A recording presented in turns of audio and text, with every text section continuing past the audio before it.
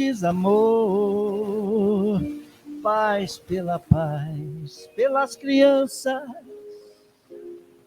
pelas florestas, pela coragem de lutar. Paz pela paz, o mundo novo, a liberdade, pela beleza de te amar.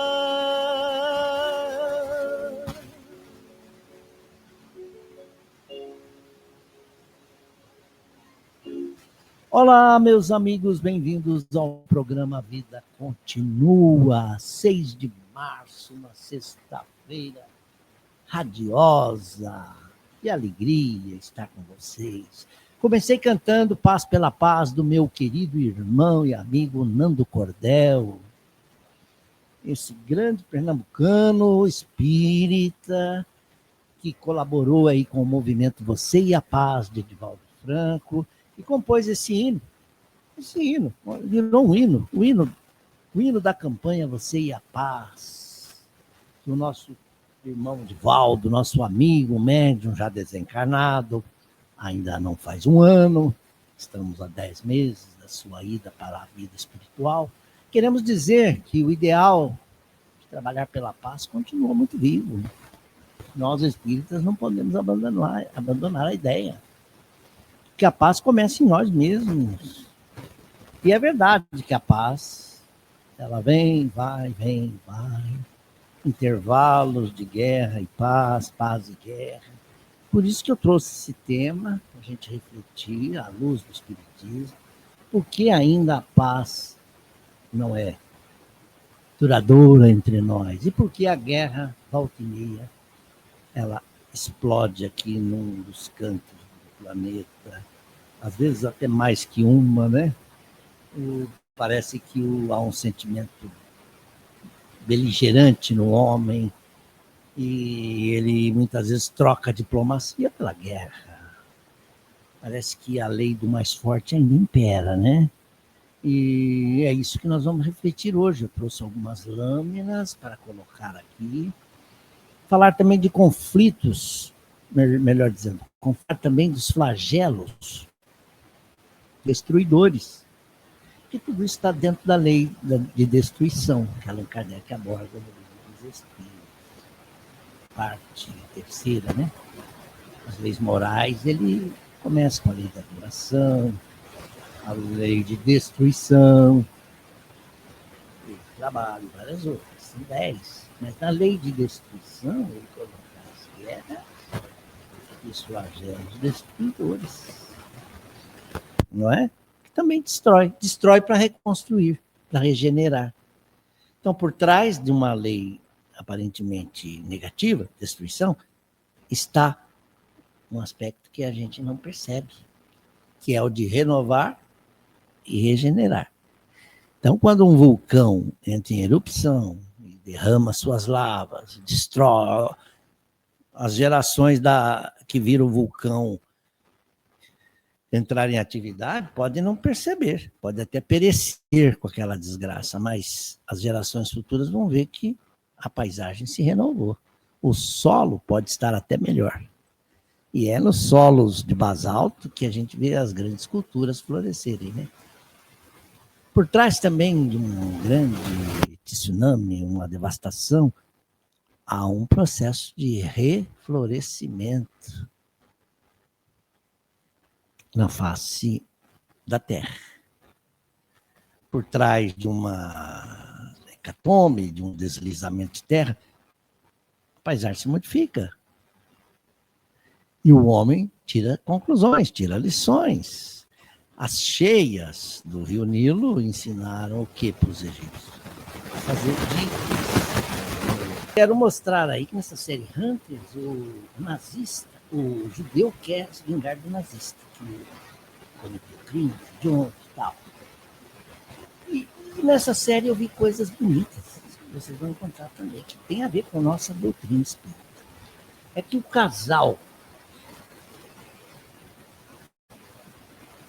os judeus que perderam o filho no campo de concentração, Mostra um menino de 7 anos com os pais, e aí as forças lá da SS de Hitler entram na casa, pegam eles, levam para o campo de concentração, e eles têm que ser separados lá, fila de mulheres e crianças para cá, de homens para lá. E aí o pai abraça a criança e fala, não, não separe meu filho, ele vem comigo, ele vem comigo. Vem o oficial alemão e diz, afaste-se, e pá, atira e mata o menino. O pai abraça aquela criança inerte, aquele corpo frio, chora. E depois de muito pranto, a criança é levada e são levados cada um para um destino. Anos depois, eles estão em Nova York e descobrem que aquele algoz está agora com outro nome, fazendo tal coisa, e eles vão e o pegam. E o amarram e trazem para dentro de casa, colocam ele numa cadeira, amordaçado, faz ele lembrar. Você lembra? O oficial nazista não lembra, eu disse não lembrar, mas aos poucos ele vai entregando. Sim, eu me lembro.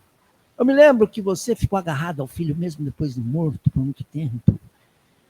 E eles estão com a arma na mão para executar o algoz e ficam num conflito íntimo. Eles não são assassinos. Para vingar o filho, vai ter que matar. Se eles dessem o perdão, como é o perdão dos judeus? Eu achei que o Yom Kippur, dia do perdão, é comemorado no calendário judeu, mas que para nós seria setembro ou começo de outubro.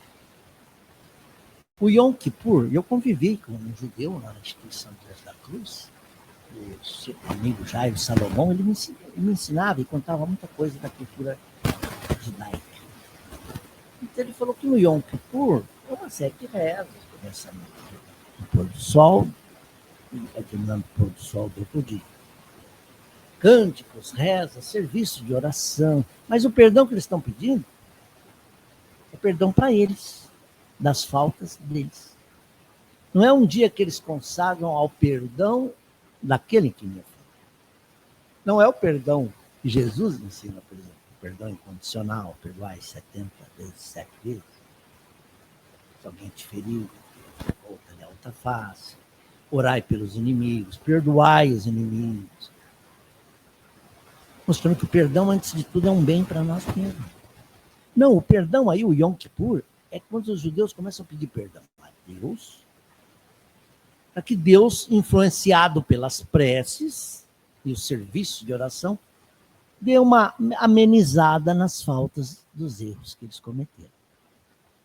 Então, é o dia de pedir perdão para si, para que o nome deles saia do livro dos perversos e vá para o livro dos justos. E eles possam merecer a glória de Abraão, no seio de Abraão, aquela coisa toda. Então eles pedem perdão para si. Eles não estão preocupados em pedir perdão pelo mal que eles fizeram, por exemplo, aos filisteus, lá antigamente, naquelas guerras lá, quando o povo de Moisés estava tentando achar uma terra prometida, a terra de Canaã, e aí tem uma ilustração que eu pus aí da arca santa, a arca da aliança, que era uma caixa de vestido novo, etc. Eles sempre fazem alguma coisa assim muito luxuosa, porque eles têm uma coisa com ouro, né? Gostam do ouro, hein? Então lá tem as tábuas da lei de Moisés, tem o cajado usado por Arão até entrar na terra prometida, tem maná dentro de um pote, eles levam essas coisas. E eles levavam essa arca para todo lado, até que na guerra com os filisteus a arca desapareceu. Dizem que foi escondida no Monte Nebo, que o profeta Jeremias teria escondido. Mas o fato é que os judeus não têm mais a original dessa arca. Tem réplicas pelo mundo inteiro, mas a arca da aliança não tem mais. Mas eles continuam a cultuar o símbolo, tanto que eles usavam a arca como se fosse um símbolo de guerra, um estandarte que eles levavam à frente. Os filisteus ficaram com essa arca na guerra e viram que a arca só trazia azar, devolveu. Por que eu estou dizendo isso? Porque os judeus vêm fazendo guerra desde a sua milenar história lá, no cativeiro da Babilônia, do Egito, depois dentro lá da própria Palestina, da Judéia. E é um povo, inclusive, marcado pela guerra, muito sofrido. E a gente admira a capacidade dele de se reerguer, de se reconstruir, a resiliência do povo. Mas o fato é que os judeus ficaram meio que amaldiçoados e discriminados pela humanidade. É o povo que crucificou Jesus. Não tem isso. Jesus era judeu. Os judeus continuam até hoje esperando o seu Messias. Estão no ano 5.000 e pouco. Tudo bem. Cultura deles. Mas o que ocorre é que os judeus passaram a sofrer, então, o preconceito. A gente chama de antissemitismo contra o semita, da linhagem lá de Sem, filho de Abraão, semita, antissemita, contra o judeu. E isso não foi só na Segunda Guerra com Hitler, isso vem lá também na Idade Média, passando pela Santa Inquisição ou Tribunal da Santa Sé. Os católicos perseguiram muito protestantes, mas também judeus. O catolicismo virou uma arma perigosa, né? Quem ler sobre a Inquisição vai ver que a igreja perseguia os judeus, de modo que eles tinham que mudar de nome, ou então se converter ao catolicismo. Os cristãos novos é o nome que se dá aos judeus que, desesperados, aceitam o batismo católico, aceitam a fé católica, usam até os costumes da missa, mas de origem são judeus. E muitos judeus pereceram nas fogueiras porque a igreja tinha interesse. Não só em matar os judeus, também pilhar, confiscar as suas riquezas. Passam-se os séculos, chegamos na Segunda Guerra Mundial e os judeus são agora vítimas da sanha de um militar, de um louco chamado Adolf Hitler. Hitler via nos judeus não apenas uma diferença étnica, um grupo étnico que era anti-germânico, fazia parte da linhagem do povo ariano, do povo alemão, mas também tinha interesses em tomar-lhe as posses, os bens, os direitos. Os judeus têm sofrido muito, continuam a sofrer. Mas também continuam fiéis ao lema de que eles são um povo eleito por Deus e que tem Deus como chefe de seus exércitos e que eles são fortes e que eles, se precisar usar a força, usam. E usam. Eu visitei Israel. Eu vi os judeus ortodoxos na rua, usando a roupa preta, cartola, barba, aquelas costeletas compridas, estudando a Torá, eles têm até uma lâmpada assim, para ler os textos sagrados. Eu vi tudo. Eu andei por lá. Mas também eu vi israelita que não tem essa coisa. Essa fé ortodoxa encruada de ódio. Não, eles querem viver o mundo moderno, o mundo ocidental, inclusive muita influência ocidental. Eles querem ter uma vida de rock, McDonald's, cultura, cinema, mas não conseguem escapar da perseguição que ainda há. Eu lamento. E só o Espiritismo tem a chave que decifra uma série de enigmas e que é a chave para muitos problemas humanos. A gente vê a reencarnação aí como uma grande mestra que poderá fazer com que os judeus renasçam árabes renascem no reino judeu, muçulmanos encruados, ortodoxos, terroristas nascendo em Israel, nascendo em países de cultura pacífica, Por isso eu vejo o papel do Brasil muito importante. O Brasil, ele não advoga, ele não defende o partido aí do governo republicano americano, que atacou o Irã, que já atacou o Iraque antes, que já atacou a Venezuela, que pretende dominar Cuba, que pretende anexar a Groenlândia. Não, o Brasil é pelo direito internacional, pelas regras da diplomacia, que um homem deve resolver as suas pendências. Por isso, parabéns ao Itamaraty, que até agora não endossou esse ataque ao Irã. Como também não endossa nenhum ataque contra qualquer país. Nós somos pelo diálogo, pela paz, pela confraternização. A paz no mundo começa em mim.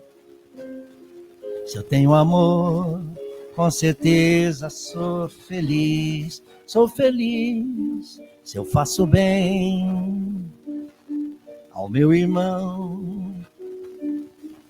Guardo a certeza dentro do meu coração.